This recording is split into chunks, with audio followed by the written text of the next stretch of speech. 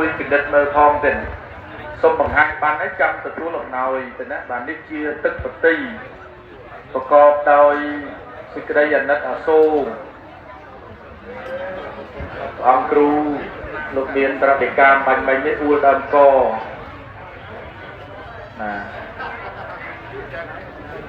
ចាំសូមបងប្អូនប្រជាពលរដ្ឋទាំងអស់មេត្តាទទួលនៅសេចក្តីអាណិតអាសូរស្រឡាញ់អនុគ្រោះអំពីព្រះមន្ត្រីសង្ឃគ្រប់កណ្ដាលនៅក្រមនៅពេលនេះ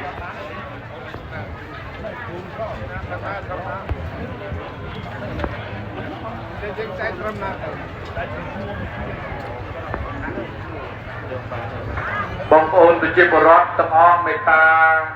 នៅឲ្យស្ងៀមទៅណាបាត់ទទួលអំណោយហើយសូមមេត្តាកុំសំក្រោកកុំសំងើបយើងចាំផ្សាយមេត្តាចិត្តចុងក្រោយសិនបានយើងប្រកាសរំសាយទៅណាបាទសូមមេត្តានៅឲ្យស្ងៀមសិនទៅ